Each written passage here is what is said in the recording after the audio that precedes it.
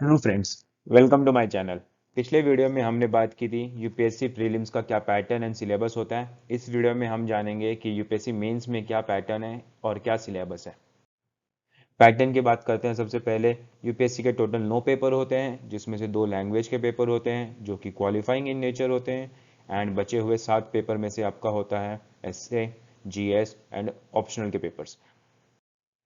तो सबसे पहले बात करते हैं आपके जो क्वालिफाइंग इन नेचर पेपर्स हैं जो कि लैंग्वेज हैं। उसमें होते हैं paper A and paper B. Paper A में आपको चुननी होती है कॉन्स्टिट्यूशन के 8 शेड्यूल से कोई भी एक लैंग्वेज। उसमें सारी लैंग्वेज लिखी हुई है, संस्कृत, मराठी, हिंदी। आप उसमें से कोई भी एक लैंग्वेज चुन सकते हो। एंड पेपर बी में आपको कंपलसरी इंग्लिश का ही पेपर होगा। और ये दोनों पेपर आपके 300 मार्क्स के होंगे और क्वालिफाइंग इन नेचर होते हैं। मेरिट में जो पेपर हैं जो कि आपके बचे हुए 7 पेपर हैं वो 250 मार्क्स के होंगे। हर पेपर 250 मार्क्स का होगा। पेपर 1 होगा आपका एसए का। पेपर 2 जो कि जीएस 1 सब्जेक्ट होता है, जिसमें आपके आ गए Indian heritage and culture, history and geography and society. Paper 3 जो कि आपका जीएस पेपर 2 का होता है, उसके सब्जेक्ट्स हैं governance, constitution and polity, social security and international relations. Paper 4 जो कि आपका जीएस 3 होता है, इसमें आपके सब्जेक्ट्स हैं technology, economic development, biodiversity, environment, security, disaster management. Paper 5 जो कि आपका जीएस 4 का होता है, इसमें आपका एथिक्स का पेपर होता है। तो अभी तक हमने देखा आपके 5 पेपर हो गए, जिसमें एक पेपर आपका जीएस का था और एक पेपर आपका एसए का था। एंड बचे हुए 4 पेपर आपके जीएस के थे। अगले 2 पेपर आपके ऑप्शनल के होते हैं, पेपर 6 एंड पेपर 7, जिसमें आप कोई भी ऑप्शनल सब्जेक्ट चुन सकते हो। उसके पेपर 1 पेपर 2 होगा। तो ये कुल मिला के आपके 1750 अंकों का 7 पेपर होते हैं। एंड अगर आप ये क्वालिफाई कर लेते हो तो इसके बाद में आपका पर्सनैलिटी टेस्ट होता है जो कि 275 मार्क्स का होता है। तो इस प्रकार आपका ग्रैंड टोटल बनता है 2025 मार्क्स। तो आपका फाइनल रिजल्ट इस मार्क्स के ऊपर आता है कि आपने इसमें से कितना स्कोर किया, और उसी के हिसाब से आपकी रैंकिंग सिलेक्ट की जाती है। सबसे पहले बात करते हैं कि यूपीएससी की रिक्वायरमेंट क्या है, एग्जाम में क्या पूछता है वो। उन्होंने साफ साफ मेंशन किया हुआ है अपने सिलेबस में कि हमारा जो एग्जाम का क्वेश्चन का नेचर होता है वो इस प्रकार बनाया जाता है कि कोई भी वेल एजुकेटेड पर्सन उसको आंसर लिख सकते हैं। कोई उसके लिए स्पेशलाइज्ड सब्जेक्ट करने की जरूरत नहीं है। और जो टेस्ट करते हैं वो क्या देखते हैं कि कैंडिडेट में क्या होना चाहिए। कैंडिडेट में वो चेक करते हैं कि उनको जनरल अवेयरनेस है या नहीं उस सब्जेक्ट के प्रति। और उनको बस ये चेक करते हैं कि उन्हें कोई बेसिक अंडरस्टैंडिंग है क्या। कोई भी इशू हुआ है आपके आसपास में, कोई हत्या हुई है, कोई प्रॉब्लम हुई है, क्लाइमेट चेंज हुआ है, तो उसकी बेसिक अंडरस्टैंडिंग है आपको और उसको आपके पास एबिलिटी है एनालाइज करने की। एंड उसमें फिर जो आपसे आंसर एक्सपेक्ट करते हैं वो ये एक्सपेक्ट करते हैं कि आप आंसर बहुत ही रेलेवेंट लिखो, मीनिंगफुल और ब्रीफ एंड क्लियर लिखो, स्पष्ट साफ लिखो। बस ये चाहते हैं वो आपसे। तो अब बात कर लेते हैं सिलेबस की। अभी तक हमने देखा कौन से पेपर में क्या क्या सब्जेक्ट्स होते हैं। इसमें हम बात करेंगे बारीकी की टॉपिक्स क्या क्या होते हैं टॉपिक्स। जैसे कि लैंग्वेज में आपके हो आता है comprehension, precise writing, vocabulary and short ऐसे। और जो आपका पेपर ए है जो कि आपका इंग्लिश के अलावा एक लैंग्वेज का पेपर आप देते हो, उसमें एक ट्रांसलेशन के लिए भी पूछा जाता है, जिसमें आप इंग्लिश टू आपकी लैंग्वेज में कन्वर्ट करते हो। और एक और पैसेज दिया जाता है जो कि आपकी लैंग्वेज में होता है, जिसे आपको इंग्लिश में कन्वर्ट करना होता है। ये आपका 300 मार्क्स के 2 पेपर होते हैं। एंड पेपर 1 जो कि आपका एसए का पेपर होता है, इसमें section A and section B होता है। दोनों में 4 4 ऐसे दिए होते हैं, आपको चारों में से एक एक ऐसे लिखने होते हैं। कुल मिला के 250 मार्क्स का पेपर होता है, जिसमें से हर ऐसे के 125 मार्क्स होते हैं।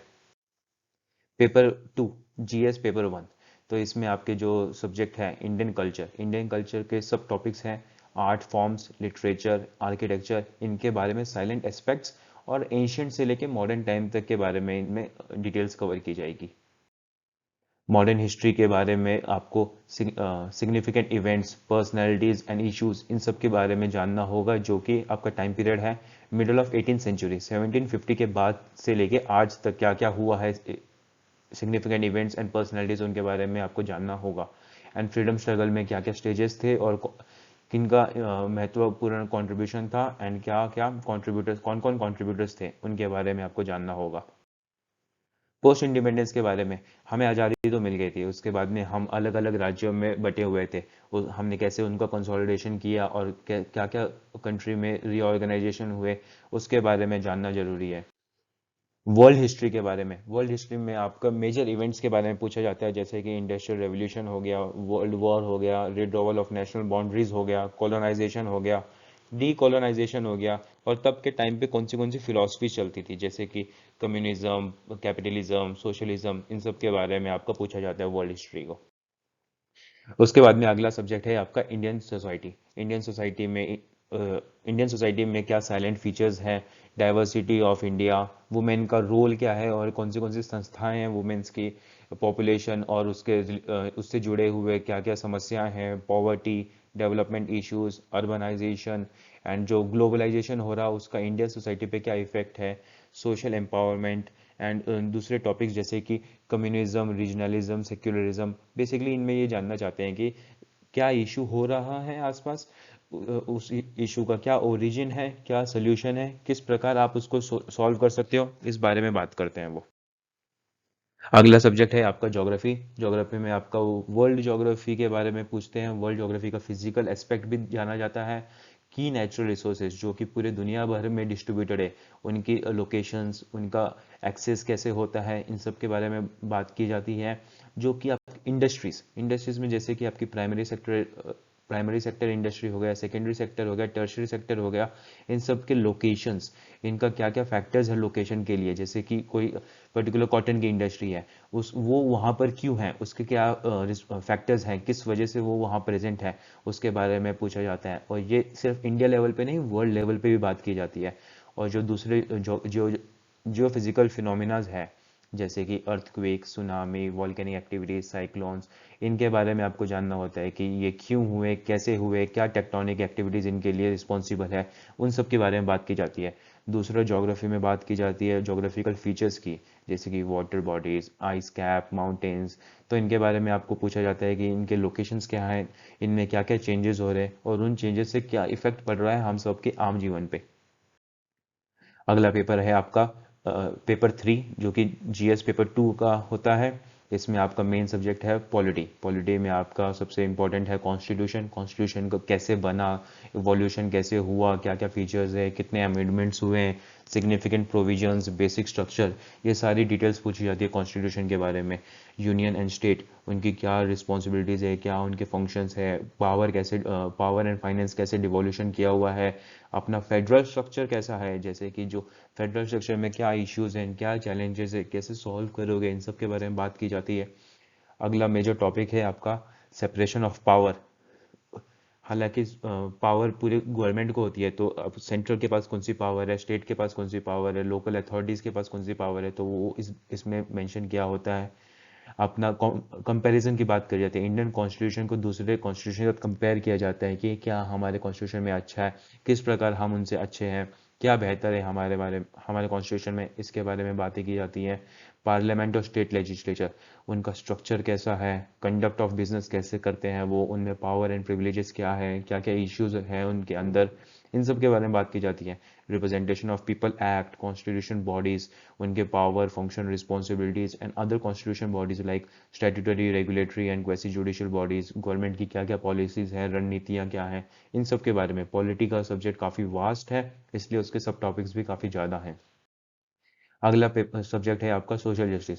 सोशल जस्टिस में लगभग आपके वेलफेयर स्कीम्स के बारे में बात की जाती है, जो कि वनरेबल सेक्शंस के लिए बनाई गई है। सेंटर और स्टेट दोनों की बात की जाती है कि सेंटर ने क्या स्कीम बनाई है, स्टेट ने क्या स्कीम बनाई है, और वनरेबल सेक्शंस के मैकेनिज्म, लॉ, एंड उनके रिलेटेड जो बॉडीज़ बनी हैं उनके बारे में बात की जाती है।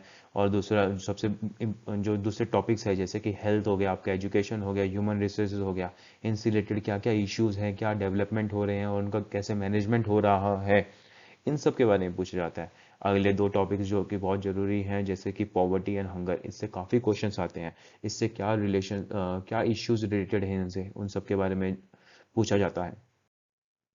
पेपर 3 का ही पेपर 2, जीएस पेपर 2 का अगला सब्जेक्ट है गवर्नेंस। गवर्नेंस में जो कि आपका पॉलिटी से बाद में आता है, उसमें होता है important aspects, transparent and accountability, basically government कैसे चल रही है उसके बारे में पूछा जाता है। E governance, various model, success and limitation and potentials, citizen charter, transparency and accountability, citizen charter के transparency, institutional measurements and other things, civil service का क्या रोल है हमारी डेमोक्रेसी में, इसके बारे में बात की जाती है। अगला सब्जेक्ट है आपका international relations, India and it's neighbourhood relations, bilateral, regional and global groupings और एग्रीमेंट जो होते हैं उनमें इंडिया का क्या रोल है, कैसे होता है, वो सब की बात की जाती है। और जो कि बाहर के देशों में पॉलिसीज़ एंड वहाँ की पॉलिटिक्स जो हो रही है डेवलप्ड और डेवलपिंग कंट्रीज़ की, उनका इंडिया के ऊपर क्या इंटरेस्ट, इंडिया के इंटरेस्ट पे क्या असर होता है और इंडिया डायस्पोरा कैसे अफेक्ट होता है। इंटरनेशनल इंस्टीट्यूशंस, एजेंसीज का क्या स्ट्रक्चर है और क्या मैंडेट है, इस सब के बारे में बात की जाती है। अगला पेपर है आपका जीएस पेपर 3, जो कि जिसमें आपका मेजर सब्जेक्ट है इकोनॉमी। इसमें इकोनॉमिक बहुत ही वास्ट होता है, तो इसमें जैसे कि आपके रिसोर्सेज, ग्रोथ, डेवलपमेंट, एम्प्लॉयमेंट, इनमें क्या इश्यूज हैं, कैसे उनकी प्लानिंग की जा रही है, क्या मोबिलाइजेशन हो रहा है, इसके बारे में बात की जाती है। इंक्लूसिव ग्रोथ के बारे में पूछा जाता है। बजटिंग, जैसे कि हाल फिलहाल में अभी बजट आया था, तो बजट में क्या क्या मेंशन किया हुआ है सब कुछ पूछा जाता है। फूड प्रोसेसिंग इंडस्ट्रीज जो होती है आपकी, जिसमें आपका खाना वगैरह तैयार होता है, कोई भी, जैसे आप कुरकुरे खाते हो, कुरकुरे का पैकेट है, तो उसके पीछे जो इंडस्ट्री है उसके क्या क्या सिग्निफिकेंस है, उनकी क्या लोकेशन होती है, क्या अपस्ट्रीम एंड डाउनस्ट्रीम रिक्वायरमेंट्स होती है, उनकी सप्लाई चेन मैनेजमेंट कैसा होता है, इन्वेस्टमेंट मॉडल्स, विभिन्न प्रकार के इन्वेस्टमेंट मॉडल्स होते हैं, उन सब के बारे में बात की जाती है। एग्रीकल्चर, एग्रीकल्चर एक वास्ट टॉपिक है जिसमें क्रॉपिंग एंड क्रॉपिंग पैटर्न के बारे में पूछा जाता है। इरिगेशन का एंड उसके टाइप्स के बारे में पूछा जाता है। एग्रीकल्चर जो प्रोड्यूस होते हैं आपके, उनका ट्रांसपोर्ट एंड मार्केटिंग कैसे होता है। फार्मर्स के लिए क्या टेक्नोलॉजी डेवलप हो रही है, फार्मर्स को क्या सब्सिडी या एमएसपी क्या मिल रही है। पब्लिक डिस्ट्रीब्यूशन सिस्टम जो है आपका फार्मर्स के लिए या फिर आम जनता के लिए, उनका ऑब्जेक्टिव क्या है, फंक्शंस क्या है, उसका लिमिटेशंस क्या है। बफर स्टॉक्स के क्या इश्यूज हैं। Economic of animal rearing, animal rearing से क्या क्या बेनिफिट्स होते हैं इकोनॉमी में, उन सब के बारे में बात की जाती है। जो लैंड रिफॉर्म्स हुए थे आज़ादी के बाद, उसके बारे में बात की जाती है। लिबरलाइजेशन जो कि हमारा 1990 में हुआ था, उसके बारे में पूछा जाता है। और वेरियस इंफ्रास्ट्रक्चर डेवलपमेंट, जैसे कि port, energy, roads, transports and airports and railways, इन सब के बारे में इकोनॉमी में पूछा जाता है। साइंस एंड टेक में मेजरली आपका डेवलपमेंट पूछा जाता है, इंडिया ने क्या अचीव किया और इंडिया की खुद की क्या क्या टेक्नोलॉजीज़ है, और आपकी अवेयरनेस चेक की जाती है। आईटी एंड स्पेस सेक्टर में, computer, robotics and nano technology में, बायोटेक्नोलॉजी में, और इनसे क्या क्या इश्यूज हैं। इंटेलेक्चुअल प्रॉपर्टी राइट्स क्या होती है, क्या क्या उसके इश्यूज चल रहे हैं, इसके बारे में पूछा जाता है। अगला पेपर है आपका जीएस पेपर 3, जो कि आपका एनवायरनमेंट है। एनवायरनमेंट में आपका conservation, environment pollution and degradation, environmental impact assessment, इन सब के बारे में बात की जाती है। डिजास्टर एंड डिजास्टर मैनेजमेंट भी काफ़ी अहम सब्जेक्ट है। अगला पेपर है आपका सिक्योरिटी। सिक्योरिटी में आपसे पूछा जाता है कि जो एक्सट्रीमिज्म है उसका डेवलपमेंट, उस डेवलपमेंट से क्या लिंकेज है और वो कैसे स्प्रेड हो रहा है। External state and non state actors का क्या रोल होता है इंडियन सिक्योरिटी के अंदर। कम्युनिकेशन नेटवर्क का क्या प्रॉब्लम है, उसकी वजह से कैसे चैलेंजेस फेस करने पड़ रहे हैं। Media and social networking site से क्या चैलेंजेस फेस करने पड़ रहे हैं। साइबर सिक्योरिटी से, मनी लॉन्ड्रिंग से, बॉर्डर एरिया में क्या क्या इश्यूज हैं, जो ऑर्गेनाइज्ड क्राइम हो रहा है उसके बारे में बात की जाती है। सिक्योरिटी फोर्स एंड एजेंसीज की बात की जाती है। पेपर 5, जो कि आपका GS 4 है, ये एथिक्स का पेपर होता है। इसमें आपके एथिक्स के बहुत सारे टॉपिक्स होते हैं, जैसे कि ethics and human interference, human values, attitude, emotional intelligence, aptitude and foundational values of civil service. Civil service आप तैयारी कर रहे हो, उसके लिए आपको क्या क्या वैल्यूज चाहिए, जैसे integrity, impartiality, objectivity, dedication, empathy, tolerance, compassion, इन सब की वैल्यूज की बात की जाती है। जो मॉरल थिंकर्स थे एंड फिलोसफर्स थे इंडिया और वर्ल्ड के, उनका क्या क्या कंट्रीब्यूशन रहा। Public public civil service values and ethics in public administration. Basically public administration में क्या एथिक्स और उसकी वैल्यूज जरूरत पड़ती है। Corporate governance, probity in governance, governance में कितनी ईमानदारी होनी चाहिए, कैसे होने चाहिए, क्या कंसेप्ट है, क्या कुछ है, कितने आम जनता के लिए क्या क्या राइट्स है, जैसे right to information, code of ethics, code of conduct, citizen charters, work culture, इन सब के बारे में बात की जाती है। ये आपके टेक्निकल टर्म्स हैं, इनकी डेफिनेशंस वगैरह पूछी जाती है। और इसके बाद में आपका केस स्टडीज दिया जाता है। आपको एक एक पैराग्राफ दिया जाता है जिसमें आपको पूछा जाता है कि ऐसा ऐसा इशू हुआ था, अगर आप वहाँ पर होते तो कैसे सॉल्व करते, क्या क्या वैल्यूज़ आप चेक करते हैं, इन सब के बारे में बात की जाती है। अगला पेपर है आपका ऑप्शनल सब्जेक्ट का, जो कि आपका पेपर 6 एंड पेपर 7 है। इसमें आपको दो पेपर्स चुनने होते हैं, दो पेपर होते हैं। ऑप्शनल के लिए आप कोई भी सब्जेक्ट चुन सकते हो जो कि यूपीएससी की नोटिफिकेशन लिस्ट में मेंशन किया हुआ है। तो इस प्रकार आपके टोटल 9 पेपर होते हैं मेंस के, जिसमें 2 आपके लैंग्वेज के पेपर होते हैं एंड 7 आपके मेरिट के होते हैं। So thank you for watching this video. All the very best for your exam. See you soon. Bye.